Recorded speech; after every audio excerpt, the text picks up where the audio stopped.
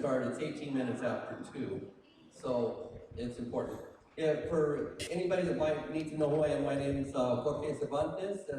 That's a sobrenombre or a pen name. And my given name is George Van Patten.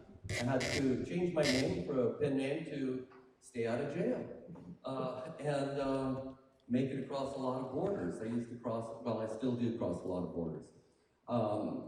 The thing is, I don't know, especially people that are my age or contemporaries, you know how rough we've had it in the past. You know, I mean, I've been in this publicly for 32 years. My good friend over here, Tom Alexander, started a magazine, Scenes to Me and Tips, and he was rated back in, well, it was a Green Merchant. That day, lost the magazine, or lost all the advertisers. And we've been duking this stuff out for years. I mean, literally years. And we risked a lot. And I know a lot of people in this room have probably risked a lot. And I'll tell you, it's really great to be here and talk about cannabis openly. There was a guy we talked to earlier today that was from Tennessee, just moved out. And I said, do you grow? And he looks around, and he goes, well, and I said, you can say it, don't worry, you know, you can say it. So it's really nice to be in a legal state, and things are changing, but we gotta pay attention. So now it's legal, we've got a lot more little fights to fight. For example, the gay movement, they are just able to marry right now, nationally, and they've been fighting for years. The civil rights movement still going really strong. We're going to face a lot of these same obstacles, you know. So that's pretty much the political end. I'm really good with the growing. Some people call me an expert. I've just done a lot and had a lot of help from a lot of other people. And well, I want to tell you about my new book. This Cannabis Encyclopedia. It's 596 pages, 8.5 by 11 format. It's the sequel to my last book, The Marijuana Horticulture. So, I mean, it's not a sales thing. I just wanted to use it as a base. And the guy that wrote the foreword to the Cannabis Encyclopedia is Vicente Fox, and he was the president of Mexico. And his big thing is he wants to stop killing the children. There's 30 funerals every day, and most of these funerals are for people that are 25 years or younger. And it's pretty hard to see your country go down the tube like that. But the good thing is, Vicente said that he would grow cannabis in Mexico as soon as it is legal. And that's a big thing coming from an ex-president of Mexico. And also he has the biggest farms in Mexico, in northern Mexico. He's the biggest, well, for example, biggest broccoli grower. And he could change, well, he could change a lot. He already has. But another thing is, a little background, you know, some years back, well, 1964, they discovered the THC molecule, and then some years later, a few years later, they discovered the CBD molecule. And look at this, 1964, they just discovered it. This plant was illegal since the 30s. But now, you know, they've got, and then later they discovered CB1 and CB2, the receptors. So there's an entire family of drugs that can be based on these two receptors, and they're everywhere. They're in the body. They first thought they were just in the brain, but they're all over the body, and they're all over animals too. Dogs, cats, and all the animals have them. So that tells us that cannabis evolved, or people evolved with cannabis. So we've got this relationship for millennia, and there's no reason it should have ever been illegal. And then there's also some other guys that have really helped a lot with this movement, like real strong guys like Dennis Perone. He started the first San Francisco Buyers Club. And he, in, what was it, 1973, the San Francisco police shot him. He didn't slow him down, he came back. And he was co-author of Proposition 215, the first proposition that legalized medical cannabis in America. And a lot of times Dennis is forgotten. He's still with us and everything, but he's forgotten. A lot of other people have, well, taken credit for stuff. And it's a whole lot of people. a whole lot of people have been in this movement, and no one person can take credit for it. We're all just simple cogs in the wheel, and we need to remember that. Here's another old friend of mine, Bernard Rooney. He started the Mellow Yellow, the first coffee shop in the Netherlands, and he's an original hippie from the word go. Gosh, every time he started several businesses and a big publication, Soft Secrets. You might want to write that down, softsecrets.nl. That's, well, now it's the biggest magazine in the world in Europe. Most people over here don't know about it. But I've known Bernard for years and years, and he's like I say, started the Mellow Yellow, and now he is a major advocate for CBD and medicinal cannabis. He talks all over, well, Netherlands and Europe, but mainly Netherlands. He doesn't talk great English. It's okay English, but in front of people, it's not great. But good English, good enough for a talk. But mainly Netherlands. So it's interesting to see how it's gone from drug cannabis for recreation to medicinal, and he's like one of the biggest heroes in the world as far as I'm concerned. And very unassuming. Here's another couple of great guys. The one, let's see, on this side is Lawrence Ringo, and he passed away last year. Sorry to hear that. He had lung cancer and passed away rather rapidly.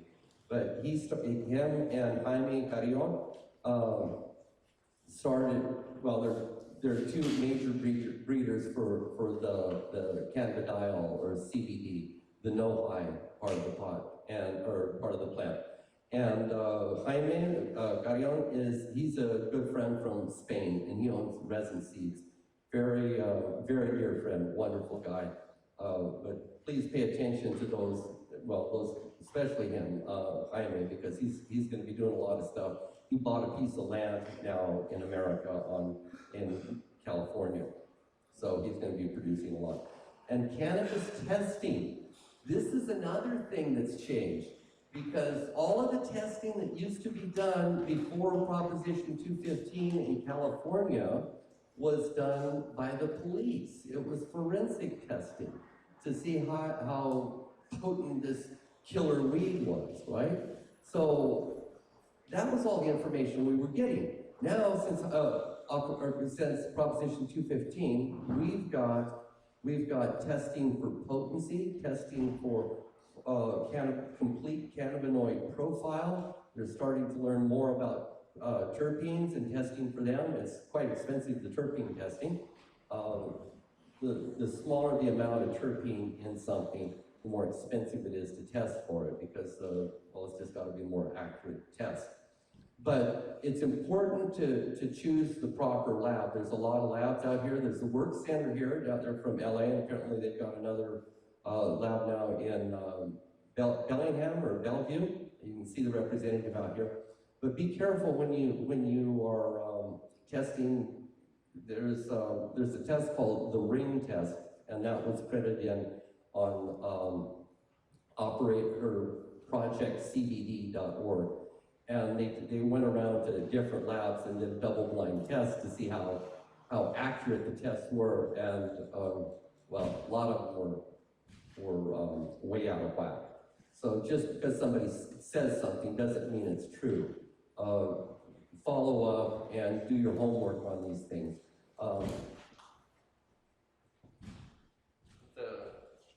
In my new book, that's why I chose.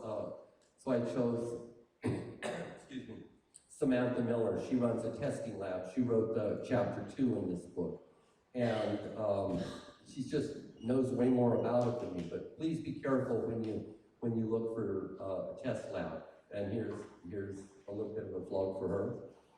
Very good friend and just a wonderful scientist. Now here, we've got the medical varieties, and it's funny because there's all kinds of new varieties.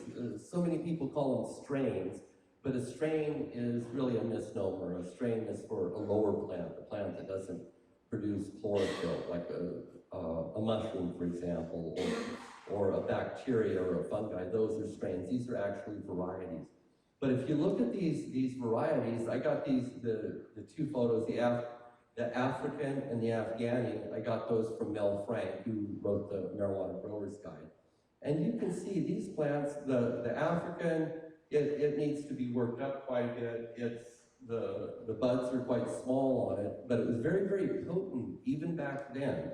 The growers have just developed better varieties. They've worked them up genetically, so they're more consistent. But the Afghani, I mean, that looks very similar to a lot of Afghanis today. And there's many different Afghanis. There's basically 4 different Afghanis that came over in the early 80s. And then Canatonic, the last plant, that plant was trimmed up and everything for the photo. But Canatonic is a mix of MK Ultra times G13 that was crossed before with a haze plant. But it started a CBD revolution, though, the Canatonic and Sour Tsunami, these early plants. And you may have heard of the other one, Charlotte's Web. And something I can't say strong enough now is you can test for this stuff early on. Samantha Miller has done she's got a series of tests she can put plants through, and they can figure out if the plant will produce more CBD or has a higher level of CBD by doing a genetic test. And when somebody tells you that there's only 1 or 2 types of plants that will produce CBD and they're special and only they have them, they're full of shit. That's all there is to it. They are lying. And they were doing that for money. There's a lot of plants that can produce CBD. It's just the plant was bred for a high THC drug content rather than a high CBD drug content. And even within the last couple of years, we've seen many, many new CBD varieties. So that's really important. Don't let somebody pull your leg there. And we've also seen a lot of things, and I really like this. I really started with indoor growing because, well, that's what we could do and not get caught. And here on the one side is a garden in Spain, just north of Barcelona. And you can see the anarchist flag in the back. And, but growing indoors, people do a lot here. You grow great, outstanding cannabis indoors, but it's incredibly expensive. And the price of cannabis is going to go down, continually go down. So in order to be competitive in the marketplace, you're going to need to lower your costs of production. That means you don't buy these real expensive fertilizers and all the new products. You just keep things very, very simple. And one of the ways to keep things simple is to use one of these light deprivation greenhouses here. And all that means is that you cover the plants so they get 12 hours of uninterrupted darkness. And by doing that, you can get, even in this climate, up to 3 crops a year. The first crop will be a bit small because it's not as bright outside. The second crop in the middle of summer or late summer will be the strongest and the most productive. And then the last fall crop will be about like the spring crop is. And I don't know if you've heard about it, you might want to write this down too. There's the Golden Tarp Awards, and that's September 12th in Garberville. And it's the 2nd annual, and well, it's really changed the cannabis industry. Because now there's 3 harvests outdoors, and it costs way less to produce these plants. And there's nothing like the sunlight, because it's got UV, ultraviolet light in it, and what that does is makes tougher, stronger plants that grow better. And the other thing here is if there's an MF after any of these, that means it was taken by Mel Frank, who's just been a wonderful friend and a mentor of mine for years. But seeds hold the key to the cannabinoid profile. And most often here we don't use seeds, we use cuttings or clones, stem cuttings technically, or clones. And there's some real big problems with clones because they can have powdery mildew in them and you don't know about it, but you can have a limited amount of genetics available if you just have clones. So going back to seed at least once every couple of years is quite important. And here's another one. This one was taken from, anybody know the seed bank, the old seed bank from Netherlands? That was an Australian guy, Neville Schumacher, that moved up and went out in high tides. Well, he took this picture right here. It's taken in Hungary alongside the highway. This is one of the first ruderalis, cannabis ruderalis. You've got the sativa, cannabis indica, and those are both daylight sensitive. They need 12 hours of uninterrupted darkness to flower. But the cannabis ruderalis is daylight neutral. It'd be like the strawberries, daylight neutral strawberries, or well, most plants out there, and the others would be, well, like a Napa cabbage or a chrysanthemum or a poinsettia. But you can see the date on this. That's 1987. I remember hanging out with Neville a lot back in the old days, and he kept trying to work this plant out, but there was just no market for it. Now they've turned it into an auto flowering plant, which means it'll flower after approximately 3 weeks of growth. Flowering starts. They're really popular in Europe. I don't know if they'll catch on real well here because we've got plant limits. And the plant limits means you want to get as big a plant as possible. And strong seeds, can't say enough about it. And taking care of them, it's just like a little baby. The first 3 years of life are the most formative, the most important. Up to 6 years, they've pretty much got everything in their head that they need to survive throughout life.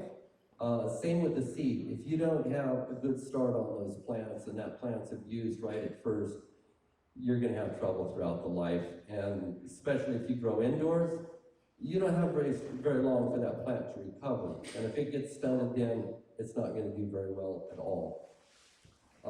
Here's another one. Strong vegetative growth is super important. A lot of people don't pay so much attention to that, but you have strong vegetative growth and you're going to have a great crop. So it's important every second, every minute of that plant's life.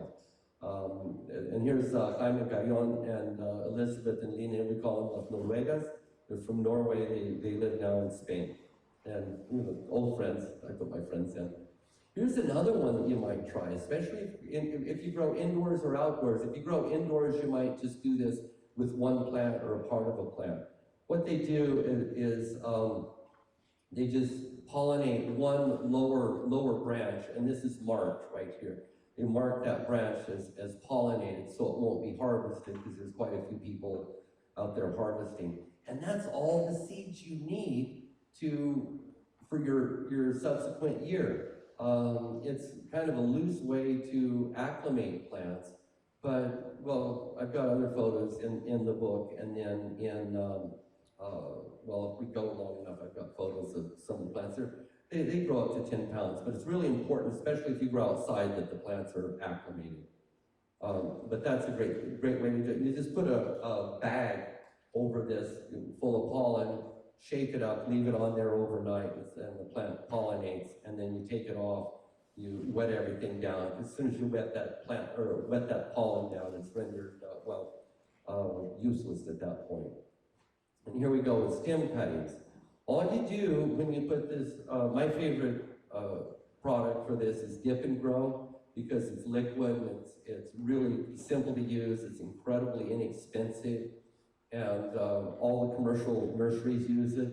It's good for hardwood cuttings, softwood cuttings, and anyway, all this root-inducing hormone does is it makes undifferentiated growth here. And that undifferentiated growth means the plant was green before, and now it's got to turn white into a root.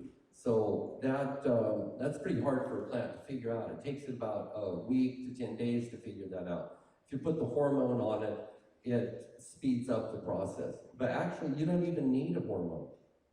And there's a lot of talk about tissue culture. That's just starting. This was taken by a friend of mine. These are calluses.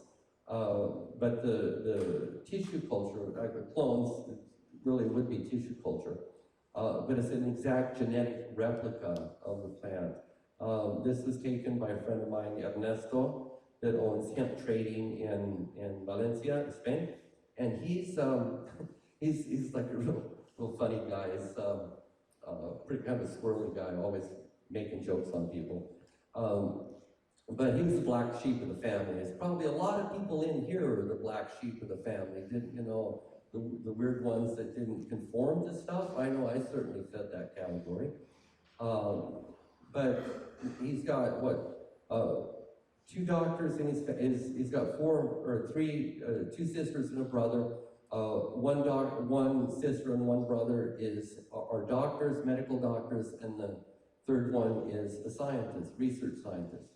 Now they all work for Ernesto. Isn't that fun? Yeah, well, he makes them work hard. Here's just a practical note. You can take, if you have a plant that you really like and you want to save the genetics, it can still be flowering and it'll still turn into, you can still strike roots on it, or it'll strike roots. The deal is, it just takes longer, and it could be prone to disease and everything. The longer a plant stays in the ground indoors, or the longer it grows, the more problems you're going to have with it. So that's why it's really good to get them in and out as soon as possible. But, you know, like I say, you can do that. This was taken over at Flowery Field. My good friend Alex Brocal, well, I'm not supposed to say his last name. Anyway, at the time, this was taken, 4 years ago when I was over there hanging out with him. And they were doing about 15,000 clones a week in little industrial section of Vienna, Austria. Because in Vienna, you can grow as many plants as you want. You can buy and sell them, everything. You just can't let them flower. So, like this, you know, he's got this huge operation going. And so he grows the cuttings, and everybody buys them from him. But the thing is about this, I mean, and his manager is a guy named David, a German guy, and he's got blinders on, pretty much. He keeps everything super clean. You gotta walk in a solution, gotta have clean clothes, everything, and you always wear gloves. Keeping everything clean when you're making cuttings is huge. You wanna make sure and keep it clean, because the plants can get several really big diseases, and you will not know that maybe for a generation or until the plant's flowering. And all of these guys over in Austria know each other, and so you can't make any mistakes. If you have a bad batch come out, you either make it right very, very quickly, or you're out of business. And we don't see that. I live in California, and there's a lot of things like that happen because the market is moving so fast. But cleanliness, I can't say enough about it. You gotta be very clean. There's another one, the flowers and the capitate stalk resin glands. So the peony purple, I just put this in because you can see all the resin glands here so well. And then here's another one close up. You can see several different stages here. You've got the stalk here, and then the capitate stalk, and then the capitate part. That means it's a ball here on the top. And you can see these plants are getting ripe now. They're starting, the ball on top is starting to change color. That means it's senescing or slowly dying. Well, most of the drug content in cannabis is right here, in this area here, on those right at the base of on top of the stalk and at the base of the capitate ball there. And this stuff is really, it's so tender, and it's easy to rupture that. And you see that all of these over here on the peyote purple, they're all sticking out a lot. And it's really easy. So when you harvest plants, they're pretty tough right when you harvest them, but the longer they dry out, the more brittle everything gets. And you can rupture this here, and the potency diminishes very quickly. So when you trim the plants, trim it and then hang it rather than the other way around, or you're going to break these up, and the potency is going to suffer. And here's sealed rooms. This room here, there was 2 fires at this place.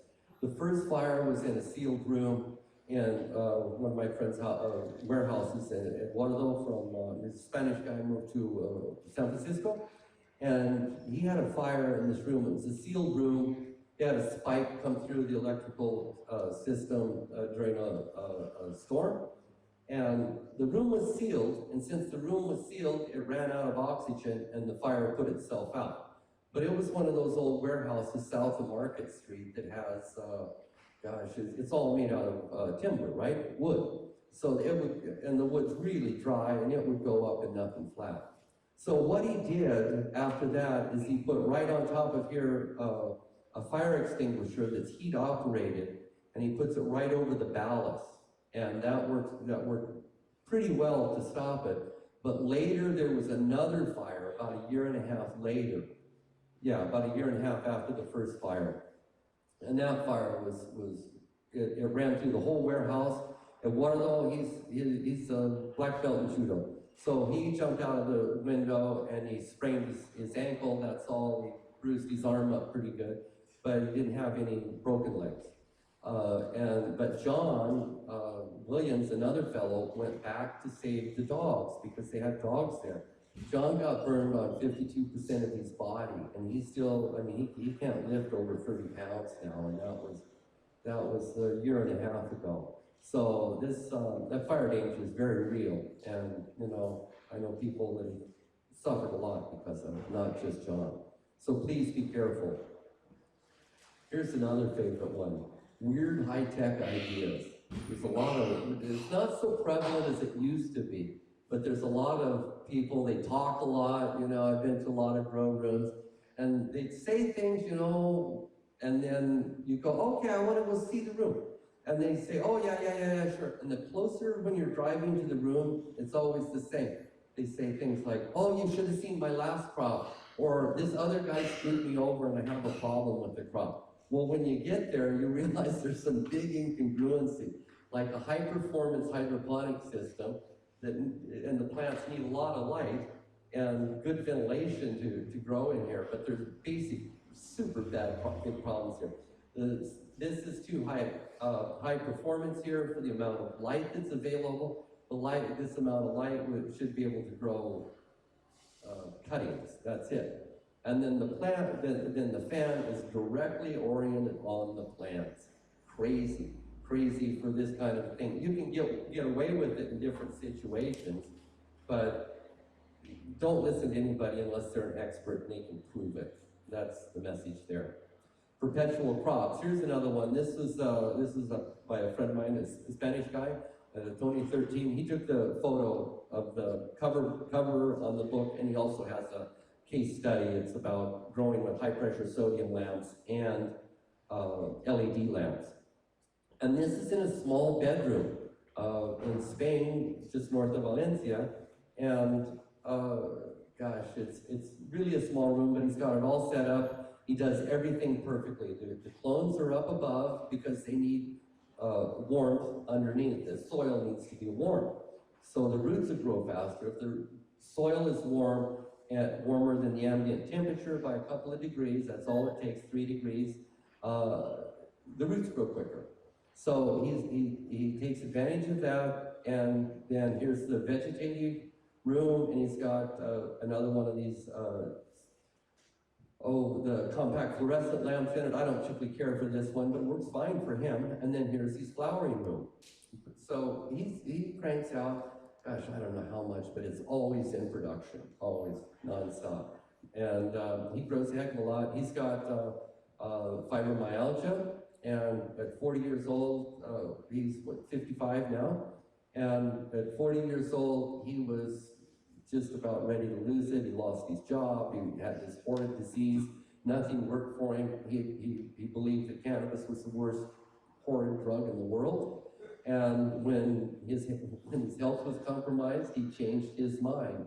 Now Tony is a regular functioning member. I mean, he's great. In fact, you can't shut him up. He just keeps talking. He's a great guy. I mean, but he's so excited all the time. And, I love the guy. I love the guy. He's wonderful. Now, if you grow outside, which I don't know if I'll have enough time to talk about here, but the growing outside is really, really easy, but they have these wall of waters here. And what it is all these tubes that are hooked together, and then it's open around the top here, and you just pour water in there. Well, this was developed at one of the universities in Utah, and you fill this up with water and put it around a plant, and it's a teepee. It opens and closes. You close it at night and open it during the day for ventilation. Well, you can hold your plants down to 24 degrees Fahrenheit with this, and you don't have to have electricity or anything involved, because when you close it at night, this is so cool. You close it at night, the water freezes, and when the water freezes, and the temperature gets low, it releases energy. That energy is enough to keep that warm inside. And, you know, a few of those, you can start early, the plants get a good start, the roots go really deep, you have way fewer problems. You can really, and even if your ground is bad, you have, I can't say enough good things about starting early. And even though the plants aren't growing above ground, they're going to grow below ground a lot. This one was taken, okay, next one, we'll go barrels of water. It's a simple way to heat your greenhouse. It functions as a heat bank. The water in the barrels heats up over time, and once it gets to a temperature, it stays there, and it stays warm at night, and keeps the greenhouse warm, and then the next day, because the air temperature drops quicker than the temperature of the water. So all you have to do is get some old barrels, make sure they're clean, fill them with water, and you've got a heater in your greenhouse. Now, this picture was taken in Mexico, one of the mafia farms I visited, and it's, well, see, Mexico City, it's quite far south, and they get about 12 and a half hours of daylight maximum, and the inverse is true for nighttime.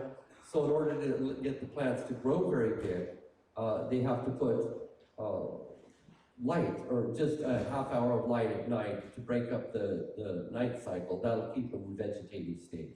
And so if that's the case for a spring crop, you're going to need these lights here. And they don't have to be big. These are CFL, small lamps, and a very low light level will keep the plants from flowering.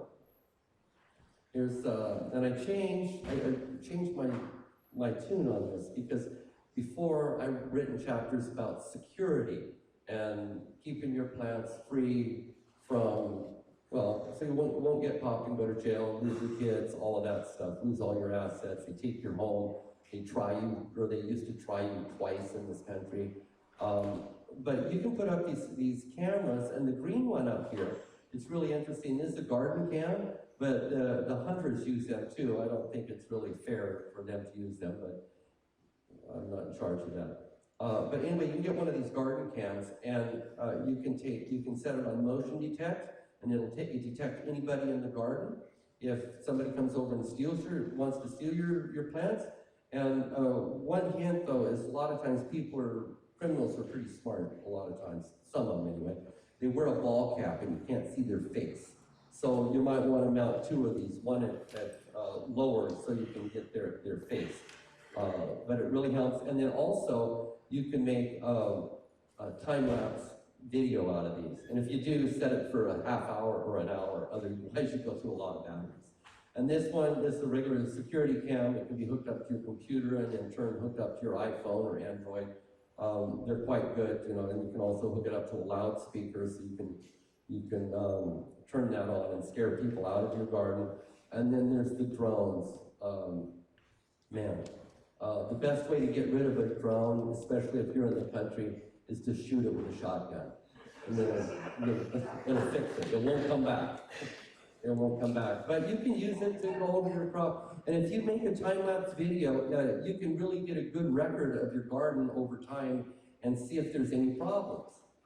It's amazing. Here's another guy, this ex-narc. We're seeing a lot of people turn around. This is Barry Cooper. He used to be a narc in Texas. Now he lives in Mexico. And gosh, he's 100%. He's written he's made a video called Never Get Busted, and he gives a lot of inside tips on all these dirty tricks that cops use, right? But it's good to see him. He's totally into tattoos too. Meters. Can't say enough good things about meters. I was at a garden the other day. I said, well, and they were having severe problems And the guy says, well, I think it's the pH and I think the water's off. And I said, well, what's it test out at? He goes, I don't know, I don't have a meter. And I said, you're talking to me and you're telling me this and you have no idea what you're talking about. If you go to the doctor, the first thing they do is give you a thermometer. Put the thermometer in your mouth. Check your temperature. You know, the difference between 103 temperature and 104 temperature is brain damage, 1 degree. Plants, it's a huge thing. Salt meter, 50 parts per million sodium in your water, and you're right next to the water here. So 50 parts per million sodium in your water blocks about half the nutrients in your plant. It doesn't matter how much you spend on fertilizer, it doesn't matter what your best guess is. You get a meter, and there's a good chapter on meters in here too. Basic meters, pH meter, EC or parts per million meter, thermometer, hygrometer, must have. And while I'm talking about that, here's another thing. I don't know, you really shouldn't look at this, but this is a UVC light. The cops use them, and so the hotel managers use them. You can, the cops use them for forensic testing, blood, any human fluids will show up that it'll like glow in the dark with this. So, and then also, you don't want to shine it around your hotel room if it's a dump, because you're going to see a lot of fluids there that you probably don't want to see. The cool thing is about this, and I just ordered it up on the internet, right? It's like 20, 30 bucks, real inexpensive. You shine this on your plants at night, and you can see where all the bug trails are, all of the feces is, and any fungus before it enters the plant. It's really pretty amazing. I didn't know that until I was walking around the greenhouse with one of these green lights on my head, you know, making videos, silly videos. And there was a situation where there was powdery mildew, and you could see it on the leaves down below. And this grow room in Northern California, and then it wafted upstairs, followed the air upstairs, and it affected part of the plants, but just right beyond the door, right? So I went up there and I was looking with this green light, and I saw the plant, or I saw this fungus, and you could tell exactly where the path of that fungus was. It was cooler than heck. Well, the green light was good, but this is way better. I mean, it looks like, it's like a black light except more, but stronger. Really a cool, testing device to have. At 20 bucks, it'll save you tons of time, you won't guess. Here's another thing, you know, a lot of people are lazy. They look at all the money that's spent here. They've got that big fan, the ventilation system, all of this ducting, special lights, and then the things didn't line up, so they didn't try to fix it. They didn't spend any time doing that.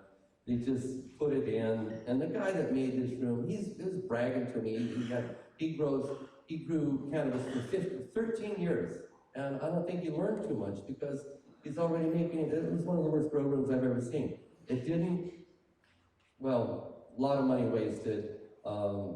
There's also a wind velocity meter you can get. Those are a little more expensive. You can get a small one, they're about 60, 70 bucks. But you can tell exactly how much wind or how much air is coming out of your ducting. Rather than, you know, guessing and doing a bunch of math, you just set this meter in front of your outlet and you can tell what's happening. Very, very, very simple, but I'm obviously very big on meters. Here's another one, lights. I saw another lamp out here, I don't remember the name, there was a big advertisement for them, but it's real similar to this, and the fixture was, for this 1,000-watt double-ended HID lamp, sodium lamp, and they were developed by Gavita Holland. There's Gavita Netherlands, which is the agricultural part, and Gavita Holland, which is the cannabis part. They separated them out. But this Theo Dextra, he's the director of the company, and he's got this Ubersphere, which is, it tests the entire lamp, and it's the most scientific way to test, you know, how bright the lamp is and get the most readings. And it's hooked up to a computer, and everything's documented quite well. Gavita's top of the line. They're Dutch guys, and they have no sense of humor when it comes to science. It's either this way or not. And then here we got the LEDs. There's always a lot of outrageous claims.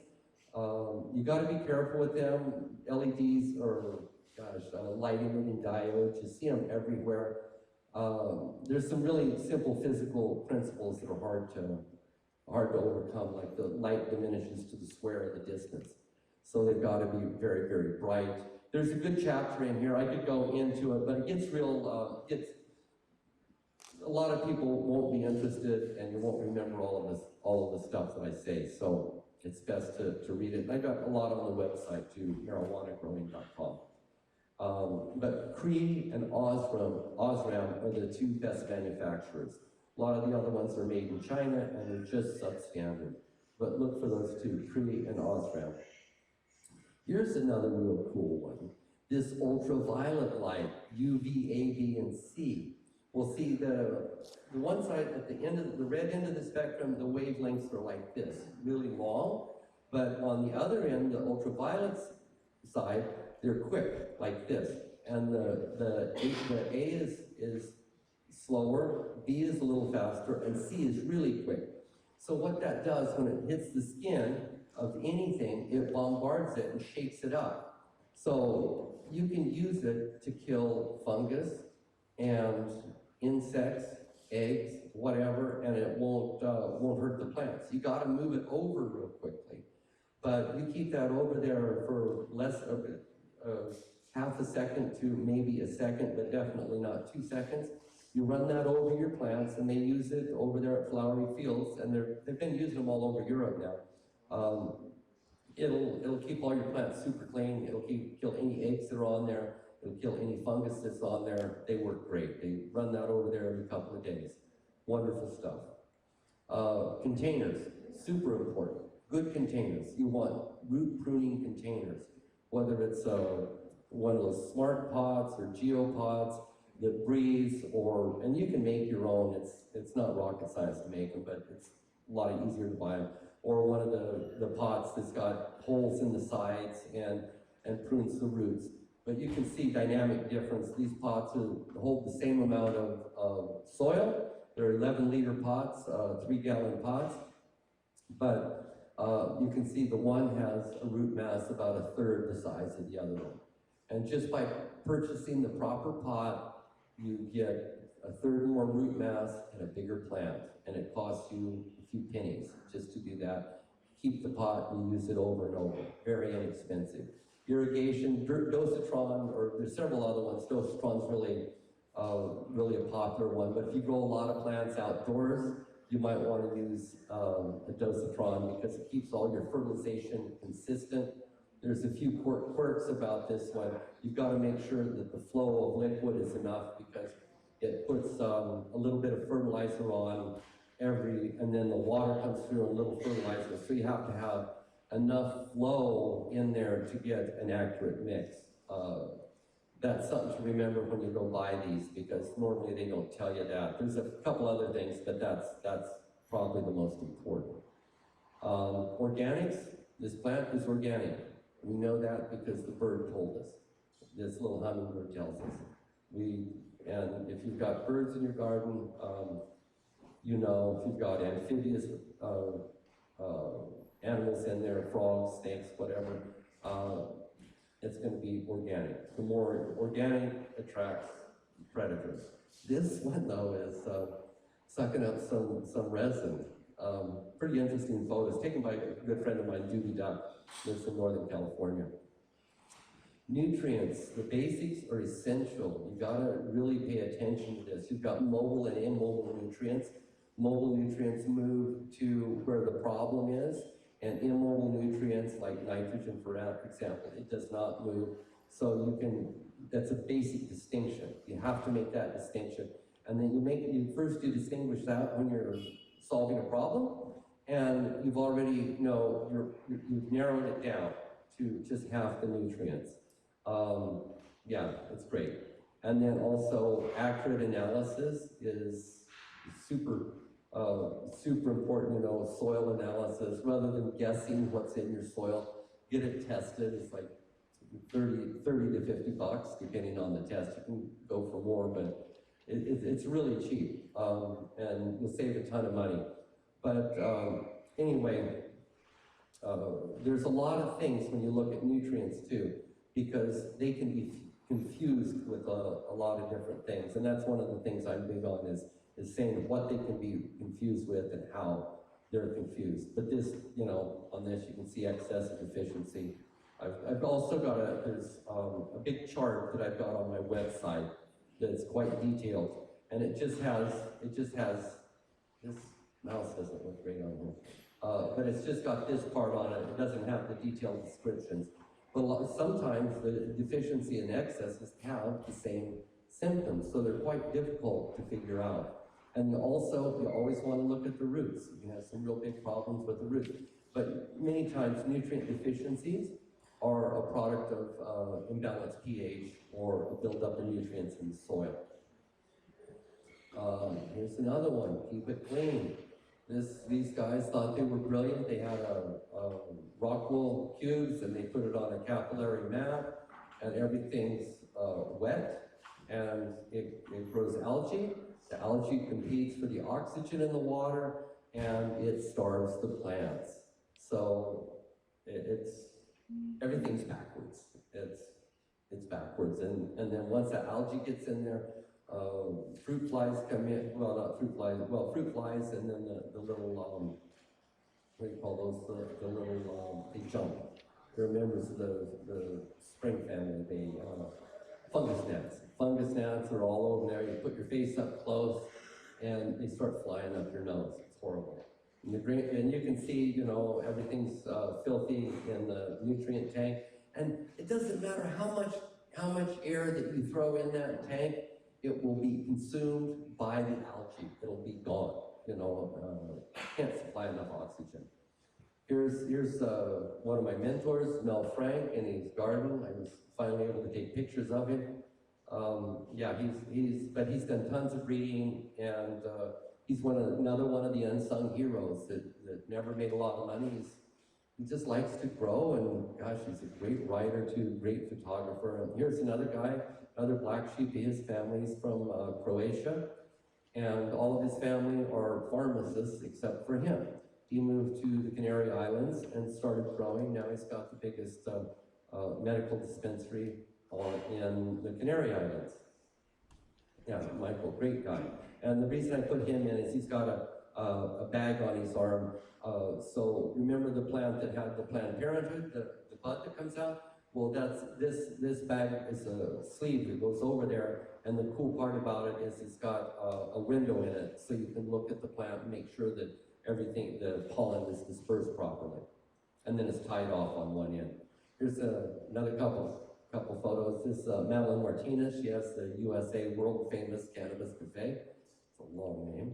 And also she's a national director or board member in Normal, and Oregon Normal member.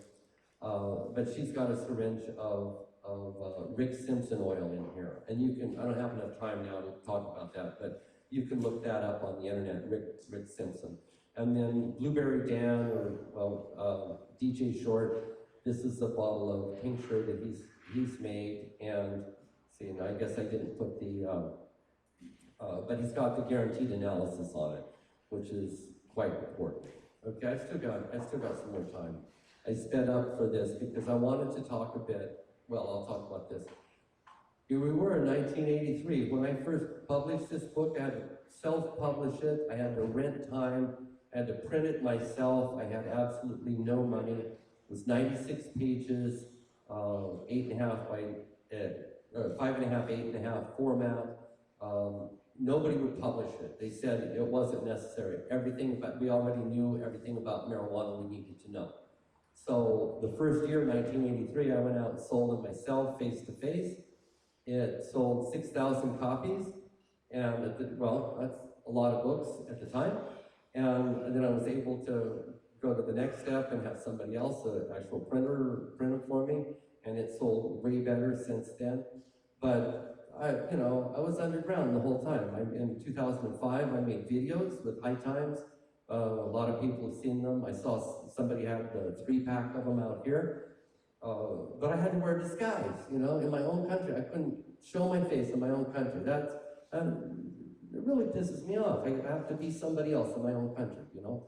I can't show my face here. And then I go to Europe, I'm okay. Nobody cares, you know? That's why I moved there 18 years ago. And then now, though, I come back to America, this is 2014, I come back, and this one ran in Washington Post. And so I can show my face, and it's a point of pride, and I'm glad everybody here can show their face. We don't have to be afraid anymore. It's a good thing. It's a good thing. So now I can show you about, I love outdoor growing, I love the sunlight, and I love growing big plants. I can't grow big plants at my house anymore because, well, I live in a suburban area and all the neighbors complain they smell too much, and I can only build the fence 8 feet high, and I gotta keep them under 8 feet, and that's pretty hard. So I profiled a friend's greenhouse, and all of these are case study number 4. But you can grow. I was just over at Paul Stanford's backyard, one of the places he grows. He's got plants. Some of them are almost up to the ceiling. They definitely will go as high as this bar here. And he's in Portland, Oregon. The climate's super similar. You can grow big plants here, no worries. People say you can't, they're wrong. I've seen it with my own eyes. It is true. It is much less expensive and more efficient. There's a lot of times you won't get like the super resinous, showy buds, but they're every bit as potent. Anyway, these plants were started in Northern California. Yeah, I just put a few of them in. Okay, they're grown out. First they were started indoors, then they're moved outdoors into a greenhouse. And the biggest problem when you move them out is temperature, because the soil temperature and the ambient temperature in the air it's too cold. So they get shocked for about 2 weeks, depending on your temperature level. But once they acclimate, they take off. The key is to get these plants in early. A lot of times they'll start in January or February, either from seed or clone. And then here's some other plants. These plants were a lot bigger. They're growing. This is just an outbuilding with plastic on the sides and the roof. And you know, they have lights and everything. But the lights, these are all the CFL lamps. And that's just to keep them from flowering, to keep them to interrupt the nighttime dark cycle, so they'll stay flowering. And you can see here. So that's what they're for. And you have to set those up. But you can buy these fixtures quite inexpensively at the home improvement centers. Then they take these plants and they make sure they're, 2 to 3 feet tall. If they can be that tall when you put them out in March, maybe as late as April in this climate. Put them out there, and these are grown in the ground, or you can put them up in pots. Pots stay a little bit warmer. You get about an extra month earlier time, but there's other complications, like it's expensive to grow in pots. I prefer to grow on the ground, and then you can really make a nice organic soil there and keep the soil alive, and it's way less expensive. It's way easier. And if it's easy, you can grow more. You can grow a lot more plants, and you're more efficient. You do a better job. But you see, this is a simple hoop house. There's just some rebar, pieces of steel stuck in the ground here. They stretch the Schedule 40 pipe over the top, and then they attach it right here. It's a little serpentine here.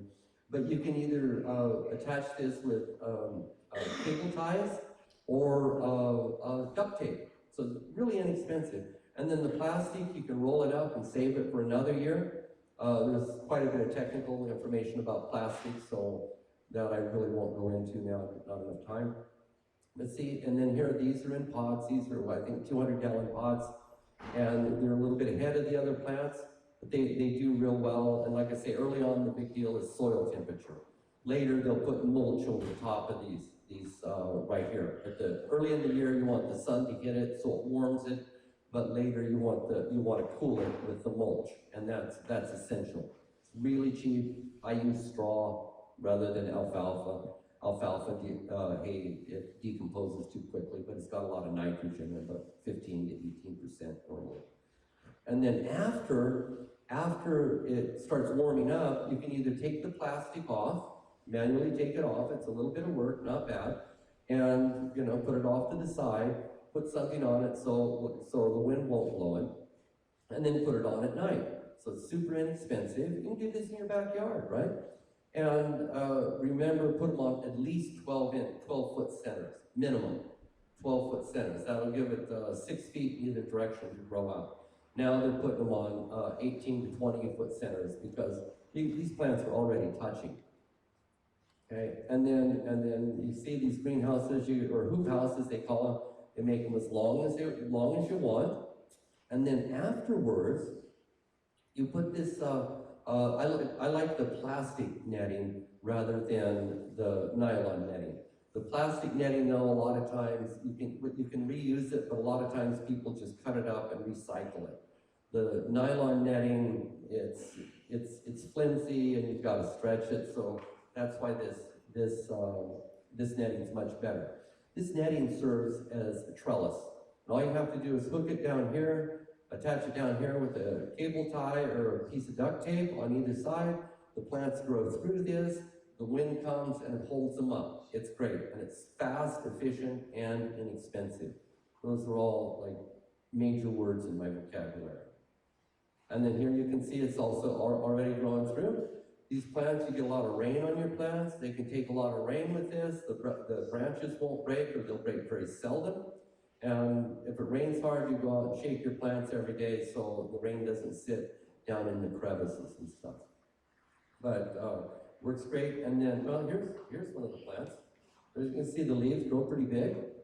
Okay, and then later you can put a second layer over. They got really big. See, the top here, the crown of this, that's about as tall as my head. So this plant's almost 2 of me. These plants will definitely go to the ceiling. This plant will harvest out just dried, trimmed buds at somewhere between 8 and 10 pounds. But, okay, so the second layer, of netting, you get a big long stick, like one of those extending paint poles, for painting the ceiling. You get one of those and you put a hook on it, on the end, and then you just pick this up and the netting up and you put it over the top. So you've got 2 layers of that, and these plants, I mean, very seldom do you ever see a broken branch. Very seldom. It's great. Here, and then here's another great trick. I don't know if you've got the seeds. I just haven't grown up here for so long, and I didn't know all of this when I lived in the Northwest. These plants, this one here, the purple one, that's already been harvested once, and it was about as big as this green one is here, right? So what they did is, and this was in southern Humboldt County, which is a lower latitude than here, and it's got a great growing climate. It stays warm longer in the year. So what they did, and they still have adequate sunlight, they cut the top 2 feet of this off. Because one of the problems you run into is when you grow a lot of plants is you've got to dry them, and you've got to dry them really fast to get the next plants in and the next one. So you've got to taper stagger your harvest so you don't run out of drying area and you keep your crews busy. But here, it takes them 3 months to harvest all these plants, right? But they take the top 2 feet off, process those, get them dry, and then about 2 to 3 weeks later, they take another 2 feet off. And these secondary buds, well, now they're primary buds. They get great big. And if you're fortunate enough, you're just this simple tactic, you will get, well, they got up to 40% more on their plants, but they had 2 to 3 different times, 2 to 4 different harvests they could make. Up here, guaranteed, it'll pick up your harvest 10%, just by doing that, and it costs you nothing, 0. Okay, here's another one, maybe, I don't know, a lot of people have seen this one all around the world. This is a 10-pounder here. There was a lot of 10-pounders that came out of that garden that year. The average weight was 8.6 pounds, I think, average for all the plants. That year, well, I can tell you now because 2 years ago, he grew over 2,200 pounds of dried cannabis buds, and with minimum amount of money, minimum amount of fertilizer, minimum amount of work. And